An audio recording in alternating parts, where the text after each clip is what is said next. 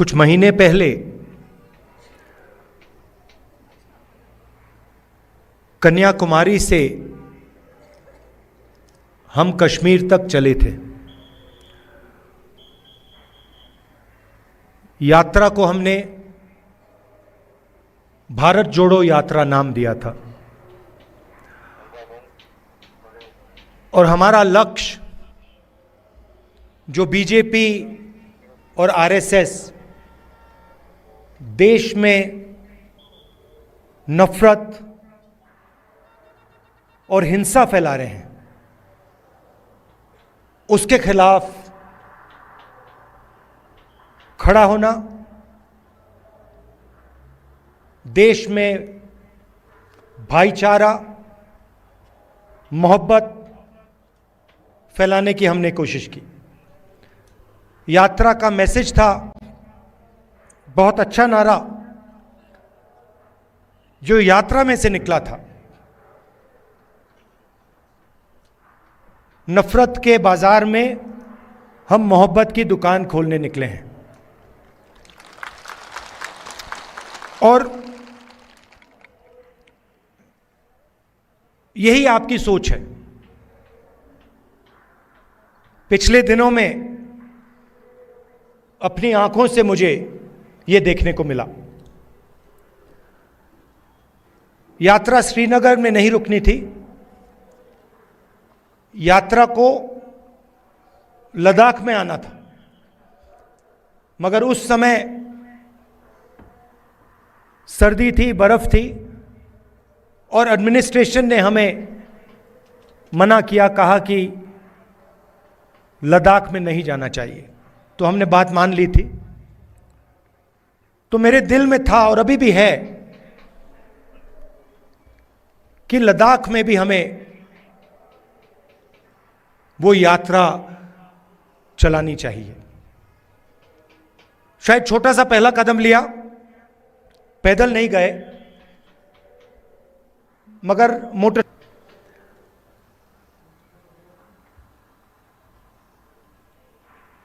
और लद्दाख के कोने कोने में मैं गया, लोगों से बात की, गरीब लोगों से, माताओं बहनों से, युवाओं से, और जो आपके दिल में है उसको समझने की कोशिश की। दूसरे नेता हैं, वो अपनी मन की बात करते हैं। मैंने सोचा मैं आपकी मन की बात सुनूं।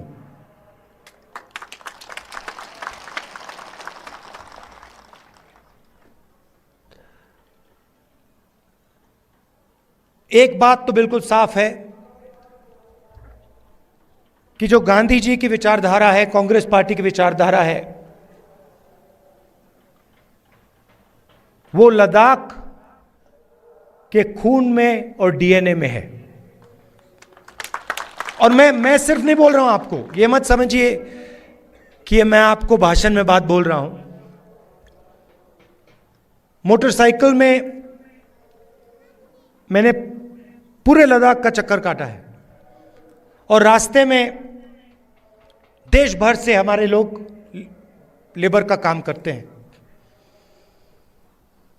बिहार से, राजस्थान से, उत्तर प्रदेश से, झारखंड से, छत्तीसगढ़ से, अलग अलग स्टेट से यहां लोग सड़क बनाने, लेबर का काम करते हैं। और मैंने जानबूझ के इनसे सवाल पूछा।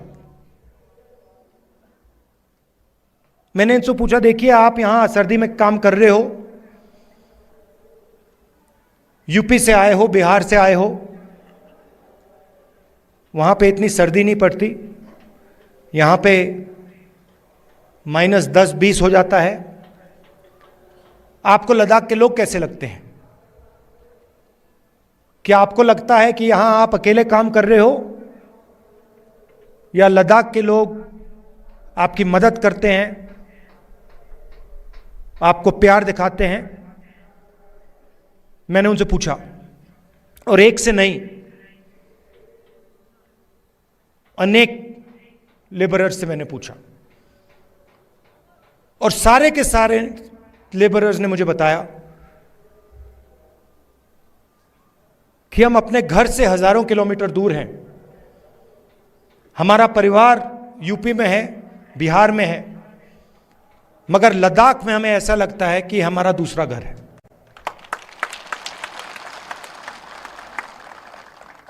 यहां पे जो भी कठिनाई होती है,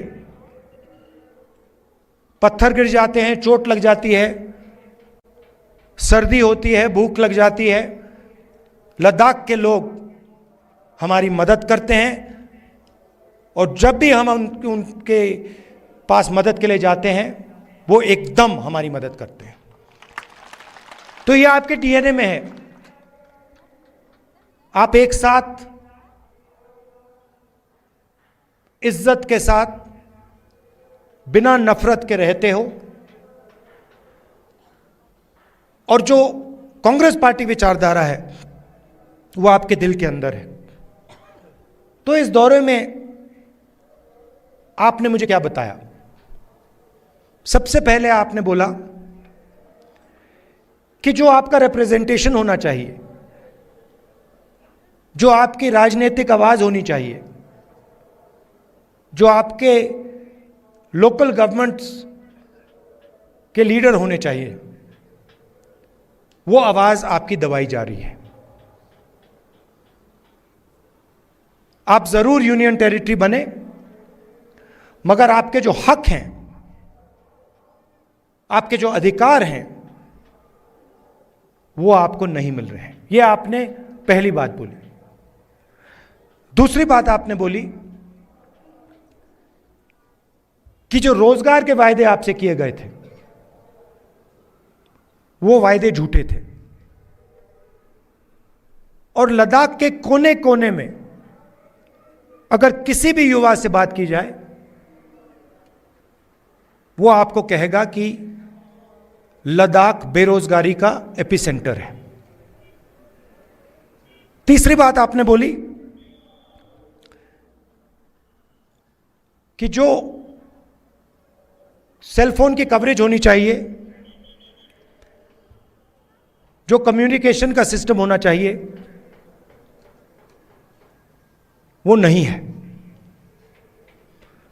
यहां शायद आपने लोकल एयरपोर्ट की भी बात की कि यहां पे आपका एयरपोर्ट है मगर हवाई जहाज नहीं आता है। तो मैंने आपकी बात सुनने की कोशिश की, और कांग्रेस पार्टी आपके साथ खड़ी है, और आपकी जो स्ट्रगल है, चाहे वो आपकी जमीन का मामला हो, चाहे वो रोजगार का मामला हो, चाहे वो आपका जो कल्चर है, आपकी जो भाषाएं हैं, उसकी रक्षा करने की बात हो, हम आपके साथ एक साथ खड़े हैं।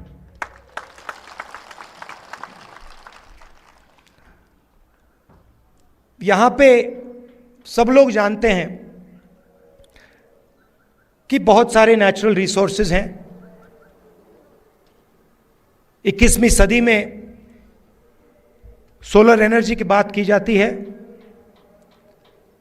और लद्दाख में सोलर एनर्जी की कोई कमी नहीं है। बीजेपी के लोग ये जानते हैं, समझते हैं कि अगर आपको रिप्रेजेंटेशन दिया जाए तो फिर वो आपसे आपकी जमीन नहीं छीन पाएगी। मामला जमीन का है, और बीजेपी के लोग जो आपकी जमीन है आपसे लेना चाहते हैं। अदानी जी के बड़े बड़े प्रोजेक्ट्स यहां लगाना चाहते हैं, और उन प्रोजेक्ट्स का फायदा आपको नहीं दिलवाना चाहते हैं। हम ये कभी होने नहीं देंगे।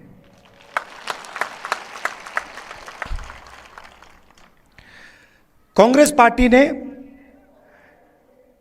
जो ले की एपेक्स बॉडी है,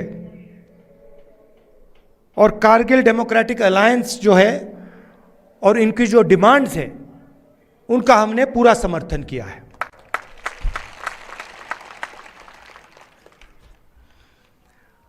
आखिरी बात मैं आपसे कहना चाहता हूं, लद्दाख एक स्ट्रेटेजिक जगह है